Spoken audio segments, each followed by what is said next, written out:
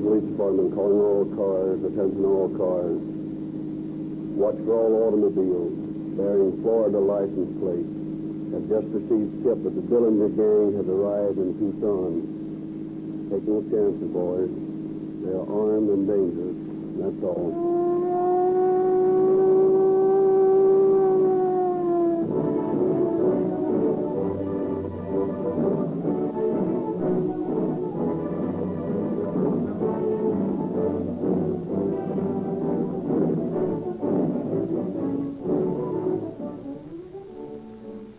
Ladies and gentlemen, the exacting and often hazardous duties of your police and firemen demand that the automotive equipment they use deliver sparkling, dependable performance. When life or death may be a matter of a split second, their gasoline must be good. Instant starting, unlimited power, quick getaway, night and day. That's why we are so proud to say that more police cars, ambulances, fire engines, and motorcycles in Southern California and Arizona are powered with Rio Grande crack than all other brands combined. Remember, this gasoline is exactly the same as that which you can buy at any Rio Grande service station. Nothing is added. If you are now a user of Rio Grande crack with tetraethyl, then you know what cracked performance means. If you are not, then try a tankful tomorrow and enjoy the smooth, effortless, 100% performance required by police and fire departments. Rio Grande crack with tetraethyl costs you no more.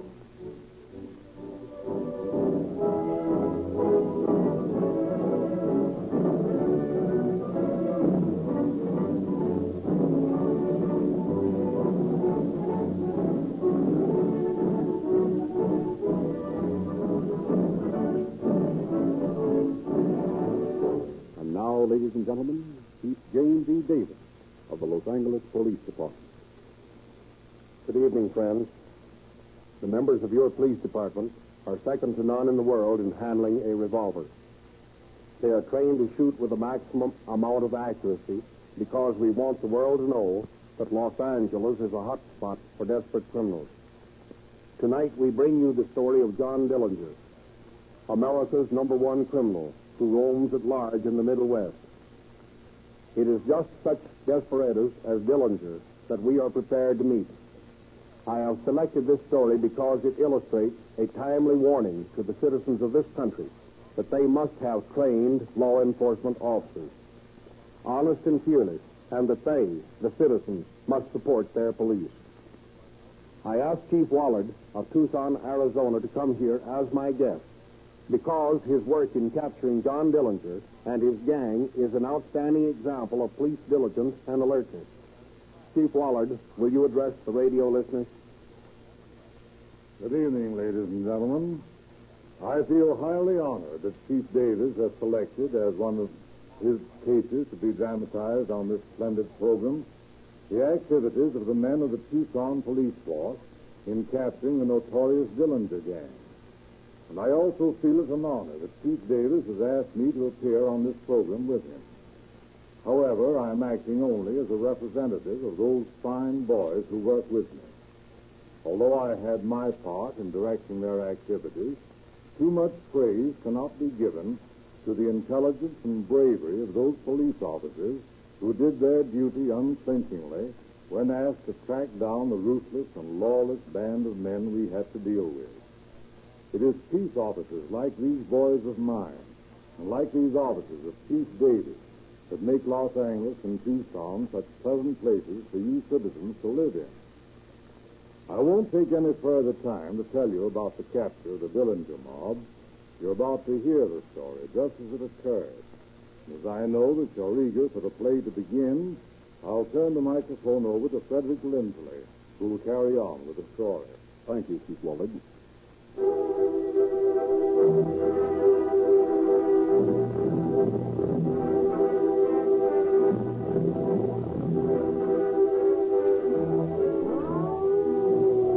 September 26, 1933.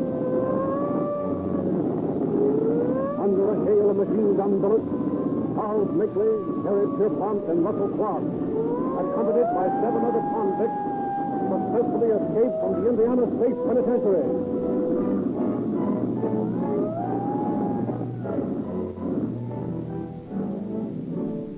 As the 10 desperate criminals disappear into the mists of early morning, all Indiana awakens to a reign of terror. 2 days later in Lima, Ohio. Are you the sheriff?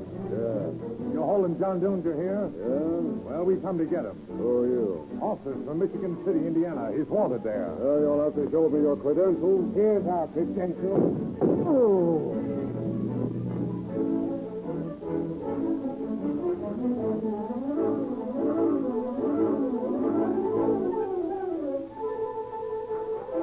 Terror spreads throughout the Middle West. Hysterical fear mounts. Not since the days when Jesse James rode the prairie have respectable citizens lived in such mortal dread of a ruthless outlaw. Dillinger is loose. Indianapolis. $21,000 taken from the Massachusetts Avenue Bank. New Carlisle, Ohio. Bandits take $53,000 from the New Carlisle Bank in daring daylight robbery. Harold, Pennsylvania. Hold up at a Harold Bank. Lost $24,000. Daleville, Indiana. Hold up at a loss of $3,500. Montpelier, Indiana. $12,000 haul from the Montpelier Bank. Racine, Wisconsin. Hold up at American Bank and Trust Company. Lost $27,000. Greencastle, Indiana. $74,000 bank robbery. East Chicago. Hold up at the First National Bank. $20,000 stolen. 1 policeman murdered.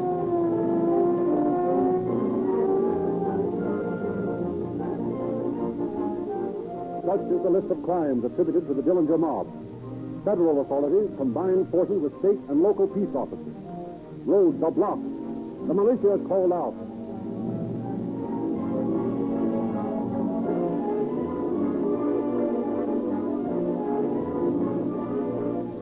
Then, as suddenly as it began, the reign of terror ends. Peace once more is restored in the Middle West. The shattered nerves of farmer, merchant, and banker gradually return to normal. Dillinger seems to have disappeared from the face of the earth. A pale desert moon casts its transparent coverlet over the jagged crest of Mount Lemmon. From a sandy wash, a coyote howls at the silent Sahara that broods above him, thrusting its spiny arms toward the star-speckled velvet dome overhead. Across this scene of beautiful desolation comes a discordant note, a tinny popular song, played by a 3-piece orchestra in a desert roadhouse. The place is a few miles from Tucson, Arizona. It is the night of January 24th, 1934. This isn't a bad sound. Surprising, to find a night spot like this out in the middle of the desert. Yeah, it's all right. But I'll sure be glad to get into that sales meeting in L.A. You know, I get the jitters out in this country. Why, you're liable to wake up any morning with a rattlesnake in bed with you. Oh, no, Harry, that's a lot of bunk. Why, all the rattlesnakes are asleep in the winter. Winter? How would a rattlesnake know this was winter? Well, it's 3 stiff collars today while I was making my call. If this is winter, then L.A. was in the Arctic Circle. Well, you don't need to worry about the snakes, Harry. Just have another shot of this. It's not a bad idea at all. Well, here's to bigger and better sales. Yeah, at least better than last year. Pardon me, boys. Can I buy you a little drink? Why, sure. That's fine. What do you have? Well, give me another highball, eh? What about your friend here? Oh, make mine the same. Hey, bartender. 2 highballs and 1 straight. Yes, sir.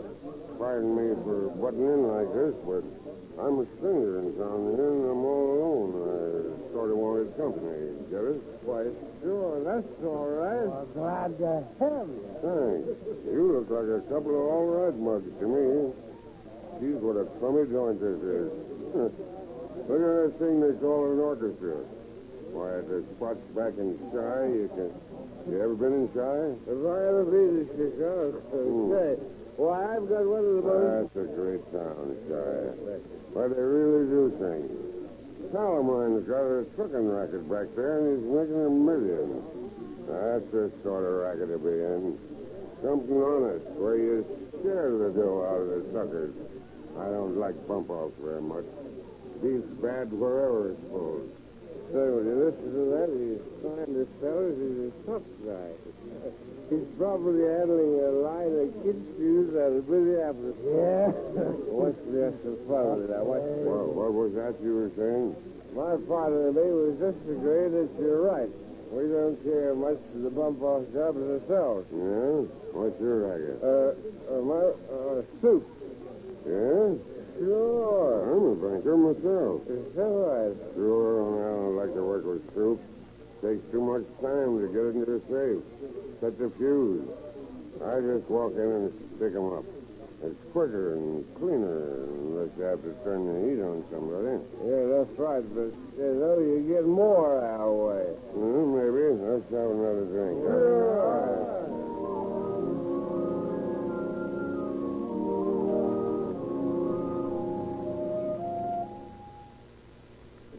By the time the desert moon has set, the two salesmen and their new friend have exchanged many confidences.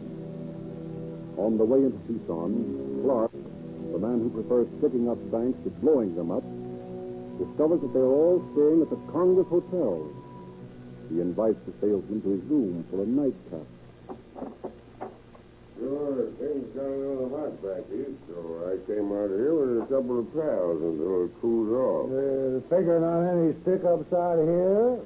No, are you? Maybe. You're damn fool to try it. Yeah, why? There's only 2 roads out of Arizona, and every Indian woodpicker knows the country better than you do. We can never make a getaway. Maybe you're right. Say, I got some new equipment here. Like to see it? Sure thing. Just a minute till I open up this grip. Say, will you look at that? That's a real thing, isn't it? Yeah, it is. Here's a new super caliber machine gun. Takes a 35.1. Gee, that's quite a weapon, isn't it? Weapon? Okay, it is. This baby's dynamite. Rip a hole in you big enough to drive a truck through. I think we better be getting to bed. It's pretty late. What's the hurry? Charlie'll be here soon. Who's Charlie? He's my partner. You ought to see him handle a sawed-off shotgun. Yeah, no thanks. I think we better get to bed.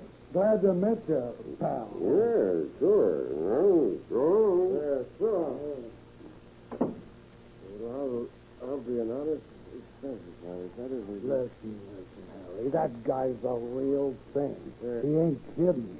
You're telling me? You better report him to the police. Well, let's not be in too big a hurry.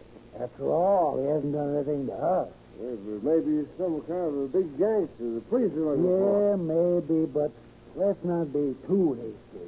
We can talk about it tomorrow. All right, then.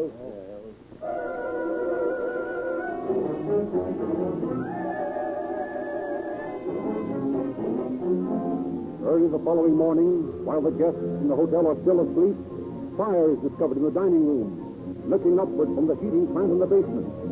The telephone operator on duty calls the fire department, and then with heavy smoke swirling around her switchboard, she sticks to her post.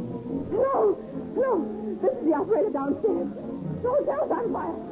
Get out at once. Hello? Yes, that smoke you smell. The hotel's on fire. 216. The hotel's on fire. Get out. Hello? With the more No, sir. Not all of them.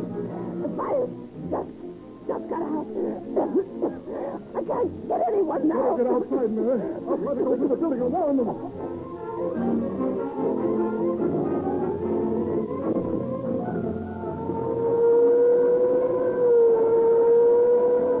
Through the efforts of the brave telephone girl and the dining room managers who discovered the fire, all the guests are safely removed from the hotel.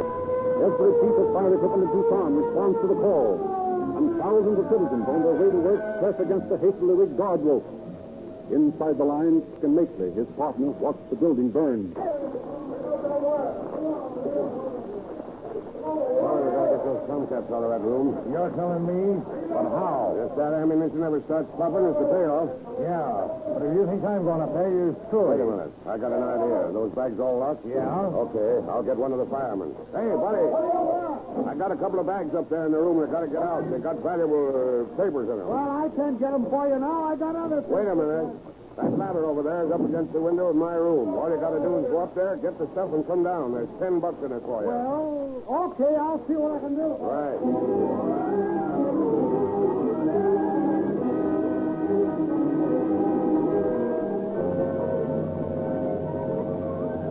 The firemen retrieved Clark and Makeley's arsenal, and in the confusion of reclaiming possessions after the fire had been put out, the two bandits get some of the clothing of the salesman. Clark and Makeley rent a house on 2nd Avenue, and the salesman traced Clark there. After they have regained their property, Clark questions them. Say, boys, it was in my mind we had quite a little talk the other night before the fire. Why, yes. We had some drinks and talked a while. And what did I say? Oh, well, nothing much. We just talked. Well, listen, boys, get this straight. I don't remember what I said, but whatever it is, it'll be healthier for you to forget it. Get me? Why, sure. But there was nothing said. Don't dummy up on me. Just get this straight, see? I'm a winter visitor, out here for a vacation and nothing more. Get it?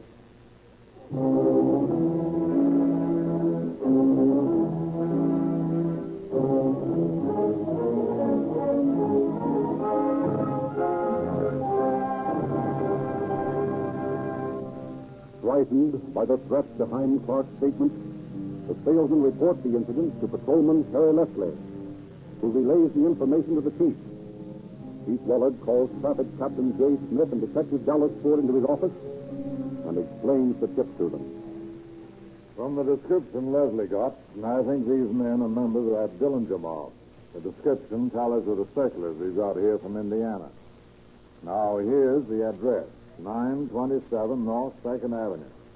I want you to stake out the joint. Don't go into the house. These men are heavily armed. Wait until they come out, and pick them up away from the house. And if you have to shoot, shoot to kill.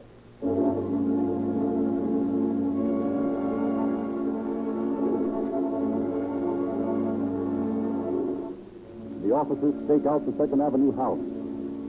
And after a little wait, Makeley leaves the house and drives downtown in a car bearing a Florida license. He is arrested with a companion who gives her name as Bernice Thompson as they are purchasing a radio. Indignant, Makeley is brought before the chief. Look here, Chief. This is an outrage. Here's my card. I'm J.C. Davies. I'm in business down in Florida. I came over here to your city to spend the winter. My first week in town, I've been picked up by your men. I demand that you release me at once. Well, I'm very sorry, Mr. Davies. Possibly it's a case of mistaken identity. Well, indeed it is. Why, I have all sorts of identifications. Well, naturally, Mr. Davies, you won't object to having your fingerprints taken so we can clear up this unfortunate matter. That isn't necessary, Chief. If you'll just send one of your men over to my house, why, I'll make my identity known in no time.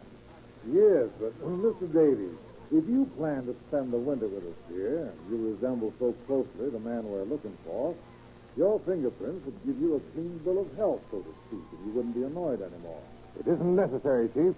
I can identify myself. Well, now, Makeley, you won't have to try, because we're fingerprinting you right now.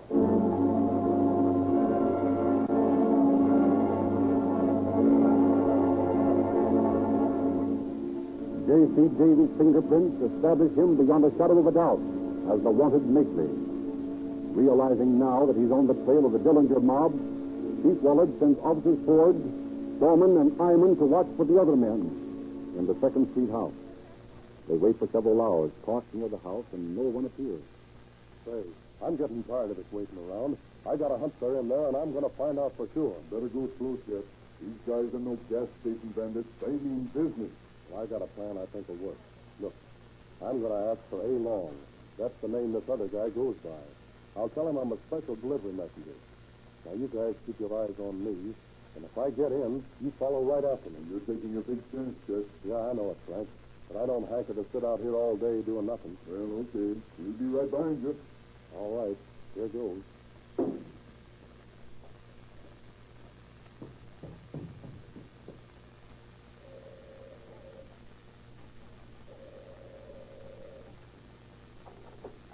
What is it? Does Mr. A. Long live here? Yes.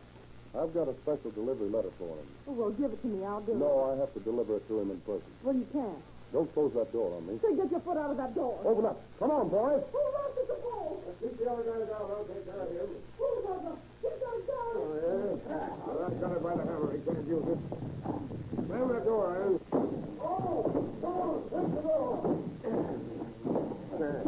Didn't know you were meeting such a big guy, did you, Copper? I'll finish you off as soon as I get over to that bed where I left the gat. Hold it, sir. I'm coming.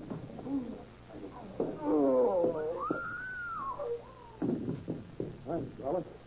I guess that pistol weapon will keep him quiet for a while. You killed him. You killed him. I'm afraid not, lady.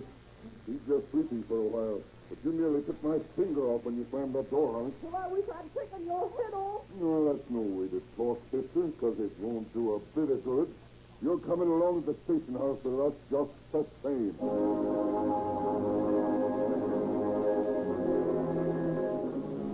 Clark, still unconscious, is taken to the police station where his bruises are dressed, and he is identified by Mark Robbins, identification expert of the Tucson Police Department.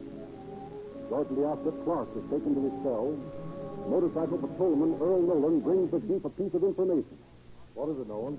Hey, the car these guys drove had a Florida license plate, didn't it? That's right. It was a 1934 model. Listen, Chief, the other night I was talking to a guy who was driving a brand new sedan that had a Florida plate. Where was it? At a tourist camp on 6th Avenue. Well, get right out there, right away, and see if you can find it. All right.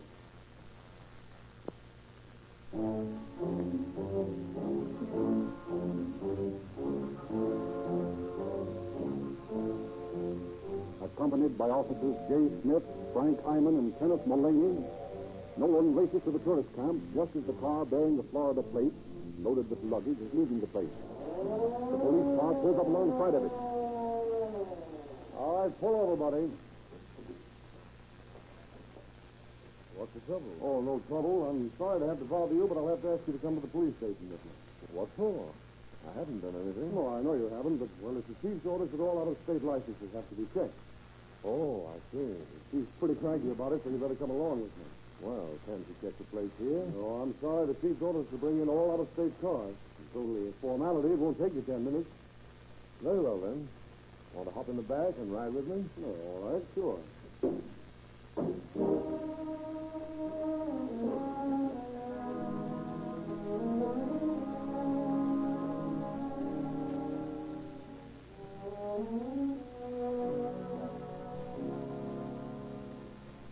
Unsuspecting, Pierpont, the third of the gang, allows himself to be led into Chief Waller's office.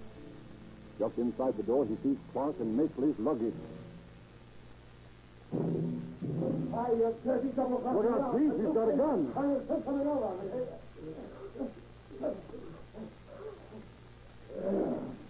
Pierpont? Yeah, he's got a gun all right, Frank. But I got a hammerlock on him, and it's pointing into his own ribs. I'll fish him for the rest of the outfit. Yes, sir. Here's the other one. Yes? Is that all? Yes, sir. Okay. Now, give me that gun. No! Don't have to break my wrist. Say, look here, you got the wrong guy. Yeah, we've heard that already today. I don't think there's much doubt about who you are, Pierpont. Oh, say, there's your glasses on the floor. Oh, you can have them. What the hell good are they to me now?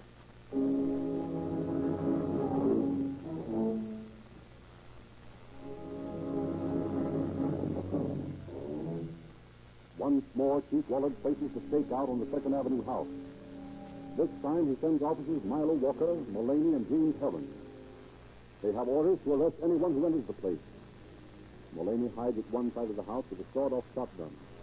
Walker, armed with a submachine gun, is behind some shrubs at the other side. Herron waits in a parked car some distance away. In the early evening, just as the dusk is deepening into night, a car pulls up across the street from the house. As the occupant of the car gets out, Herron follows him across the street. The detective was 5 steps behind Dillinger when the bandit stopped in his tracks at the sight of blood which had fallen on the porch steps and cart was taken out. Heron stepped up to him as Dillinger wheels around, hands in his coat pockets. Put your hands up, Dillinger. What is it, a stick-up? No, it's an arrest. Now put him up. Oh, I'm squeezing the trigger. An arrest? What for? What's the charge? Prejudice and justice will do for the time being. Walker, Mulaney, cover that gun in the car over there. No, you don't, Dillinger. You feel that in your ribs? I don't get fancy, I'll let you have it. Now, if you don't mind, I'll relieve you of your guns. Oh, 2 of them, huh? 1 on each side. And now, if you lower your hands... All right. Come on, now cut out the politeness. Put the bracelets on and let's get down to your lousy jail. I won't be there very long anyway, but there isn't a jail in this country strong enough to hold me.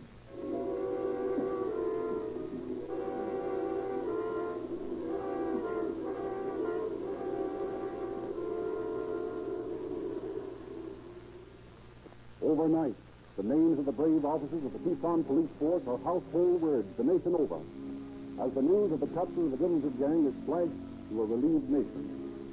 Securely locked in the Pima County jail, the 4 criminals threaten and snarl at their capture, as Chief Willard and Sheriff Belton place an extra armed guard of 20 men around the courthouse. By rail and by plane, officials rush Tucson from Wisconsin and Indiana, each state eager to extradite the men for crimes in their territory. After days of legal complications, Dillinger is spirited away by plane to Crown Point, Indiana, to answer for the murder of the patrolman in the East Chicago holdup. A day later, the other 3 bandits leave by plane for the east to face trial in Lima, Ohio, for the murder of Sheriff Farber.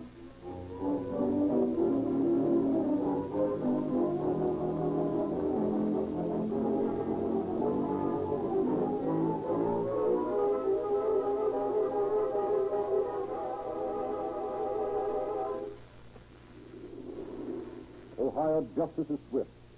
Harry Pierpont and Charles Makeley have already received mandatory death sentences for the murder of Sheriff Farber, and Clark is soon to be tried.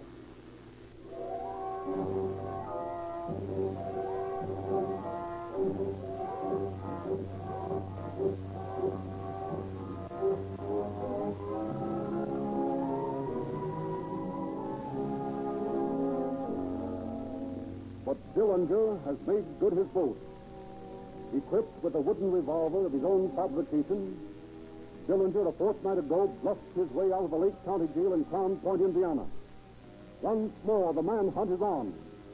Once more, the roads throughout the Middle West are blockaded by questioning officers. Once more, peaceable citizens shake with terror. Once more, the cry goes up, Dillinger is loose.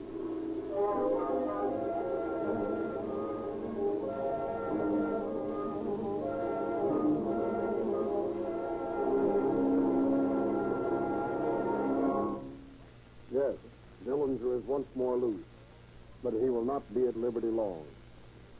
Any man who elects to declare his own personal war against society has all society against him. There has never been a man since time began who could get away with that sort of attitude long. Dillinger has asked for it, and the next time he runs up against a police officer, it may not be as humane a chap as Jimmy Heron. He may not get a chance to put his hands up. The officer may shoot first and talk afterwards, which in the case of men like Dillinger is the most efficient way to operate.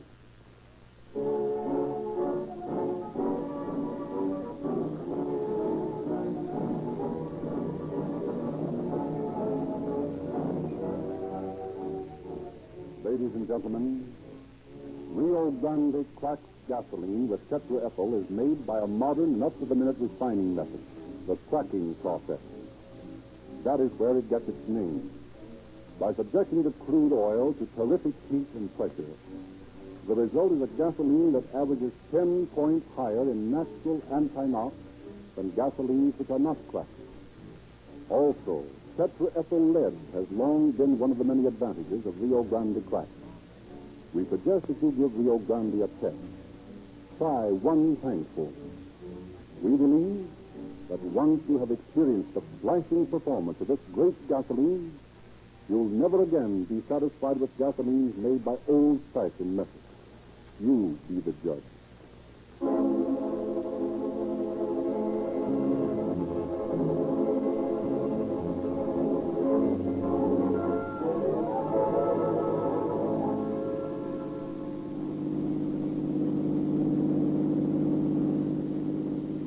Tucson Police Department calling all cars, attention all cars.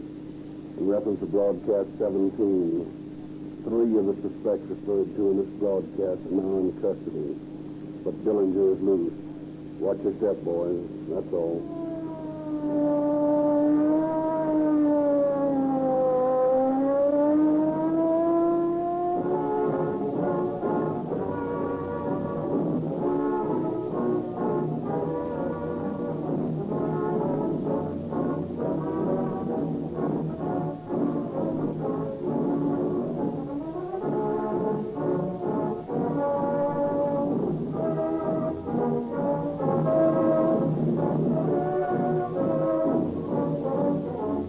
This is Frederick Lindsley bidding you good night for the Rio Grande Oil Company.